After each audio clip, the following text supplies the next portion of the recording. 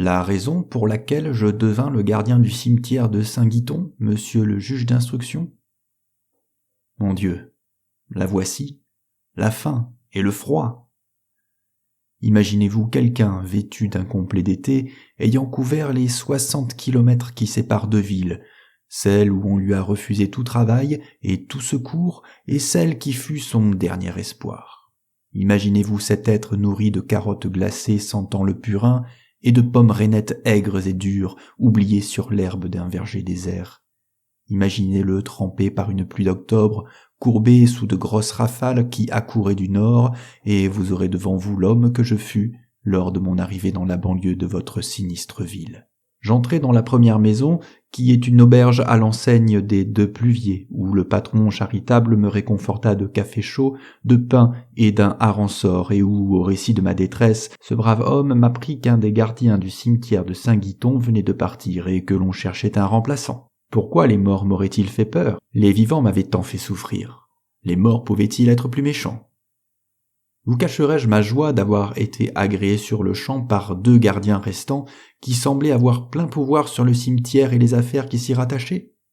Non, car je reçus tout de suite de chauds vêtements et un repas. Ah, mais quel repas ! De larges tranches de viande rouge, des pâtés ruisselants de jus, des fritures aussi copieuses que dorées. Quelques mots maintenant sur le cimetière de Saint-Guiton.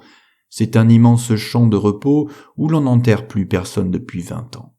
Les pierres tombales y sont effritées et leurs inscriptions mangées par les lichens et les pluies. Certains monuments funéraires sont tombés en ruine. D'autres ont été engloutis par des effondrements partiels et n'émergent plus que quelques centimètres de pierre grise.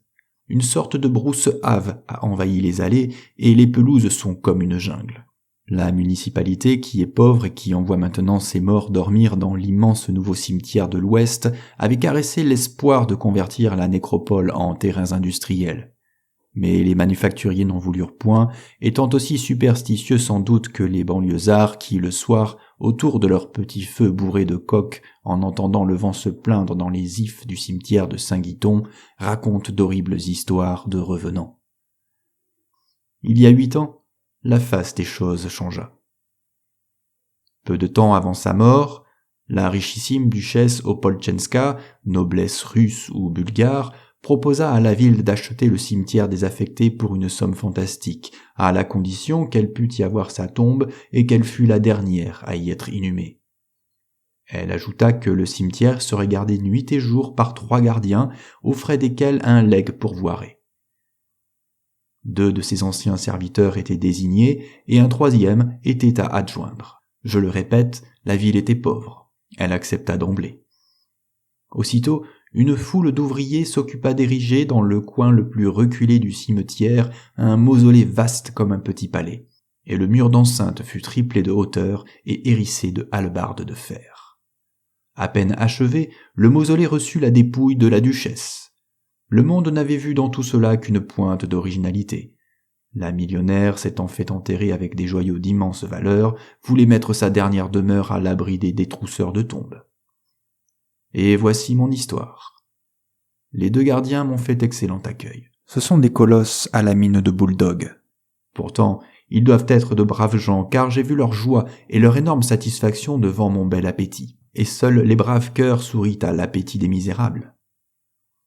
En entrant en fonction, j'ai dû jurer la rigoureuse observance du règlement, ne pas quitter le cimetière pendant la durée de mon engagement, 1 année, n'avoir aucun rapport avec l'extérieur, ni chercher à en avoir. Ensuite, ne jamais approcher du mausolée de la duchesse. Velicho, qui est strictement affecté à la surveillance de ce coin du cimetière, m'apprit que sa consigne était de faire feu sur n'importe qui s'approchait de la tombe. Ce disant, il braqua négligemment sa carabine sur une lointaine ramure de peuplier où sautillait une ombre minuscule. Le coup partit et un jet au plumage piqué d'azur dégringola. Velicho était un tireur remarquable. Il le prouvait du reste tous les jours, car le cimetière fourmillait de lapins sauvages, de gros ramiers au duvet opalin et même de faisans qui fuyaient parfois rapides dans l'ombre des fourrés. Ossip, le second gardien, le seul qui sortait du cimetière pour aller aux provisions, nous confectionnait d'exquis petits plats de gibier. Oh, je me rappelle une étonnante galantine de volaille figée dans un jus doré et qui fondait dans la bouche, onctueuse crème de viande tendre, de truffes, de pistaches, de piments et de graisse fine. Mes journées se passent à manger et à me promener dans le mélancolique parc qu'est devenu le cimetière. J'ai emprunté une carabine à Velicho, mais piètre tireur, je ne parviens qu'à éveiller par-ci par-là un écho qui passe alors pendant quelques secondes comme une pauvre plainte entre les tombes oubliées.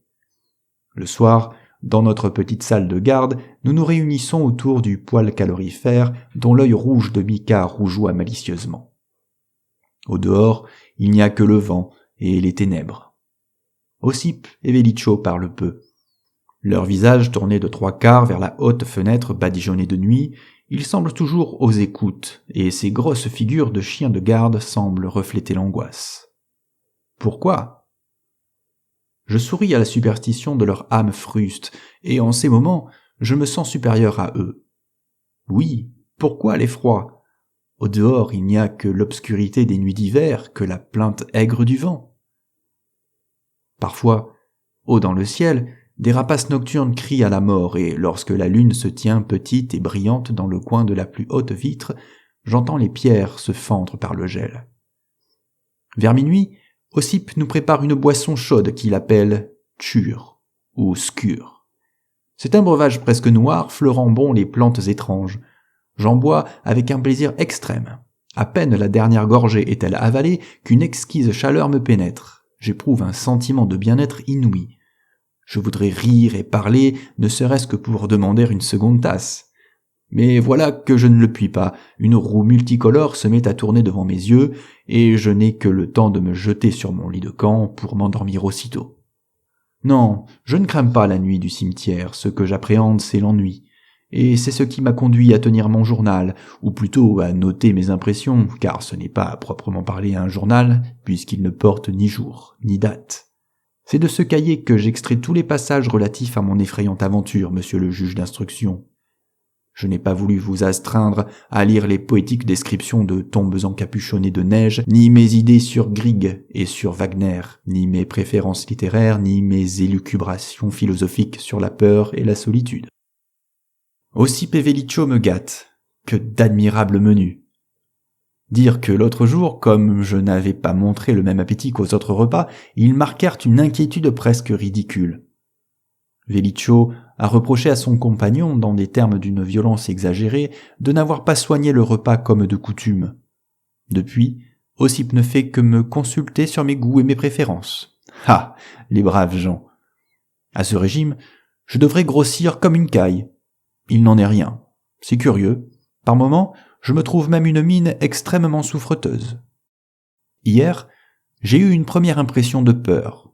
Pourtant, je dois avouer qu'il n'y avait matière qu'à un sursaut désagréable. Entre chien et loup, comme je sortais d'une petite allée transversale, un cri affreux a déchiré le silence. Il me semble avoir vu Velicho sortir de la maison de garde et s'enfoncer en courant dans les taillis. Lorsque je suis arrivé au poste, j'ai vu Ossip surveiller attentivement les fourrés assombris. Comme je lui ai demandé ce qu'était cet appel, il m'a répondu qu'il s'agissait d'un courlis. Le lendemain, Velicho m'en rapporta un qu'il avait tué. Drôle de petite bête à l'immense bec, long comme une dague, et quelle vilaine clameur pour un oiseau pourtant gracieux. J'ai ri en palpant son duvet cendré, mais mon rire a sonné faux et mon impression d'angoisse ne s'est pas dissipée complètement comme je l'aurais voulu. Décidément, ma santé n'est pas aussi brillante qu'elle devrait l'être.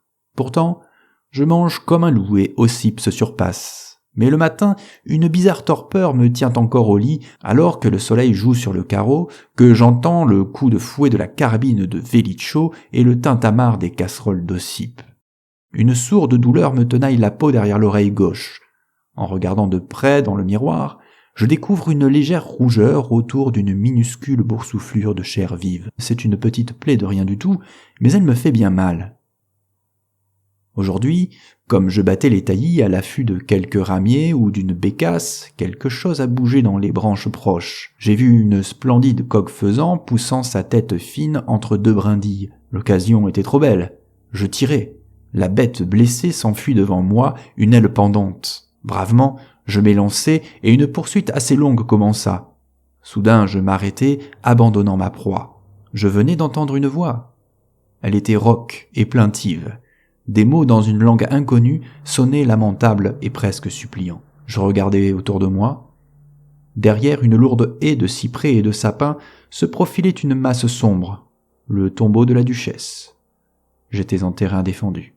Me rappelant l'avertissement de Vélicho, je battis en retraite, juste à temps pour voir ce dernier sortir du bosquet des conifères, nu-tête et pâle comme un mort. Le soir, comme je l'observais, je vis une longue strie livide sur la chair de sa joue droite.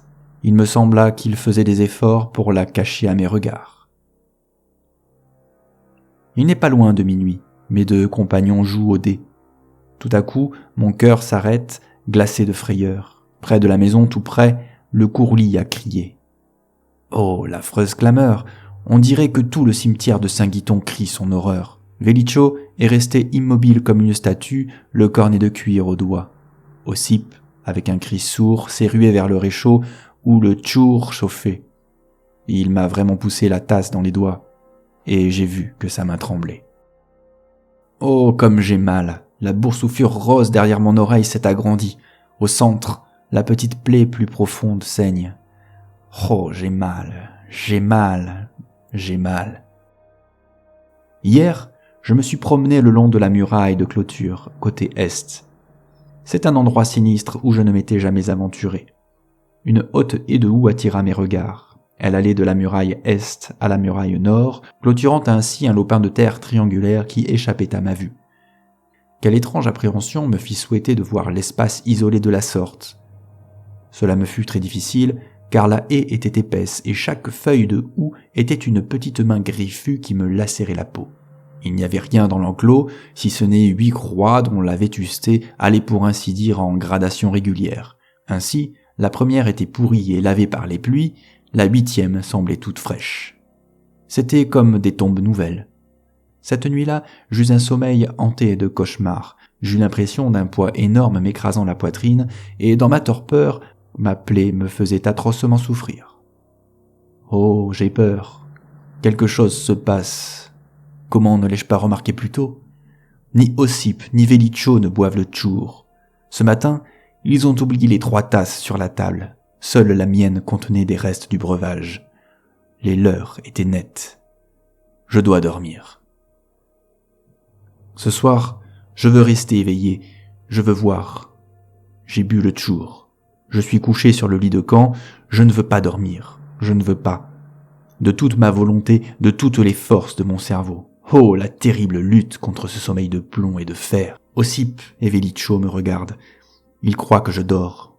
Je résisterai encore 1 minute, 1 seconde peut-être. Horreur. Le courlis a crié près de la fenêtre. Oh, quelque chose d'atroce, d'épouvantable s'est passé. Là, contre la vitre, un visage d'enfer s'est collé. De terribles yeux vitreux, des yeux de cadavre, des cheveux d'un blanc de neige hérissés comme des lances, et une bouche immense ricanant sur des dents noires, une bouche rouge comme du feu ou comme du beau sang qui coule. Puis la roue de feu a tourné dans ma tête et le sommeil est venu, et les cauchemars. Je bois le tchour, je le bois tous les soirs. Ils me gardent comme des tigres, et je sens que toutes les nuits quelque chose d'atroce se passe. Quoi? Je l'ignore. Je ne peux plus penser, je ne peux que souffrir. Quelle force mystérieuse m'a poussé de nouveau vers l'enclos des croix. Comme je m'apprêtais à partir, mes yeux se sont attachés à un bout de bois dépassant de terre à côté de la 8e croix. Machinalement, je l'ai retiré. C'était une planche portant quelques mots malhabilement écrits. L'inscription avait beaucoup souffert, mais j'ai pu lire quand même. « Ami, si tu ne peux pas fuir, ceci sera la place de ta tombe. Ils en ont tué 7. Je serai le 8e, car je n'ai plus de force. Je ne sais ce qui se passe ici. C'est un horrible mystère. Fuis. Pierre Brunen. » Pierre Brunen? Je me souviens, c'est le nom de mon prédécesseur. Les 8 croix indiquent les tombes des gardiens adjoints qui se sont succédés depuis 8 années. J'ai tenté de fuir. J'escaladais le mur nord à un endroit où j'avais découvert quelques aspérités. Déjà les hallebardes du faîte se rapprochaient de moi, lorsque soudain, à 2 pouces de ma main, une pierre éclata, puis une autre encore. Au bas du mur, Velicho m'ajustait froidement de sa carabine, et ses yeux avaient l'éclair glacé du métal, de celui dont on fond les cloches qui sonnent le glas des morts. Je suis retourné à l'enclos des croix. À côté de celle de Brunen s'ouvre une fosse fraîchement creusée. C'est ma tombe prochaine. Oh, fuir, souffrir la faim et le froid le long des routes hostiles, mais ne pas mourir dans ce mystère et dans cette horreur. Mais ils me gardent, et leurs regards se rivent à mes pas comme des chaînes. J'ai fait une découverte, c'est peut-être le salut. Ossip verse dans le tchour le contenu d'une fiole sombre. Où peut-il la cacher ? J'ai trouvé la fiole, j'en ai versé le contenu, un liquide incolore d'une odeur douce dans leur thé. J'agirai ce soir. Le verront-ils ? Mon cœur, mon pauvre cœur, comme il bat. Ils boivent, et j'ai du soleil dans l'âme. Ossip s'est endormi le premier. Velicho m'a regardé avec un étonnement immense, puis une lueur féroce a passé dans ses yeux et sa main a cherché son revolver, mais il n'a pu achever le geste. Il est tombé, endormi sur la table. J'ai pris les clés d'Ossip, mais comme j'ouvrais la lourde porte du cimetière, l'idée m'est venue que ma tâche n'était pas finie, qu'il y avait derrière moi une énigme à résoudre et 8 morts à venger, et que les gardiens vivants, je serais peut-être en butte à d'infernales persécutions. Je suis revenu, j'ai pris le revolver de Velicho, j'ai appliqué le canon derrière l'oreille des gardiens, et là, à la même place où ma petite plaie me fait tant souffrir, j'ai tiré. Ils n'ont pas bougé. Seul Ossip a eu un grand frisson. Et seul, assis auprès des cadavres, j'attends le mystère de minuit. Sur la table, j'ai disposé les 3 tasses, comme tous les soirs. J'ai mis les casquettes des gardiens sur la plaie rouge de leur tête. Vu de la fenêtre, on dirait qu'ils dorment. L'attente commence. Oh, comme les aiguilles de l'horloge glissent lentement vers minuit, l'ancienne heure terrible du tchour. Le sang des morts tombe goutte à goutte sur le carrelage, à petits bruits doux, comme celui des feuilles s'égouttant après une ondée de printemps. Et le courlis a crié. Je me suis couché sur mon lit de camp et j'ai feint le sommeil. Le courlis a crié plus près. Quelque chose a frôlé les vitres. Silence. La porte s'est ouverte très doucement. Quelqu'un ou quelque chose est entré dans la chambre. Quelle atroce odeur cadavéreuse. Des pas glissent vers ma couche. Et tout à coup, un poids formidable m'écrase. Des dents aiguës mordent ma plaie douloureuse et d'atroces lèvres glacées sucent goulûment mon sang. Avec un hurlement, je me redresse. Et un hurlement plus hideux que le mien y répond. Ah, l'épouvantable vision, et comme il m'a fallu toute ma force pour ne pas défaillir. À 2 pas de ma figure, le visage de cauchemar apparu jadis à la fenêtre me fixe avec des yeux de flamme, et de la bouche, affreusement rouge, un filet de sang suinte. Mon sang. J'ai compris. La duchesse Opolchenska, issue des pays mystérieux où l'on a pu nier l'existence des lémures et des vampires, a prolongé sa chienne de vie en buvant le sang jeune des 8 malheureux gardiens. Sa stupeur ne dura qu'une seconde, d'un bond, elle fut sur moi. Ses mains griffues fouillaient mon cou. Rapidement, mon revolver cracha ses dernières balles, et avec un grand hoquet qui éclaboussa les murs de sang noir, la vampire s'écroula sur le sol. Et voilà, monsieur le juge d'instruction, pourquoi à côté des cadavres de Velicho et d'Ossip, vous trouverez celui de la duchesse Opolchenska, décédée il y a 8 ans et inhumée au cimetière de Saint-Guiton.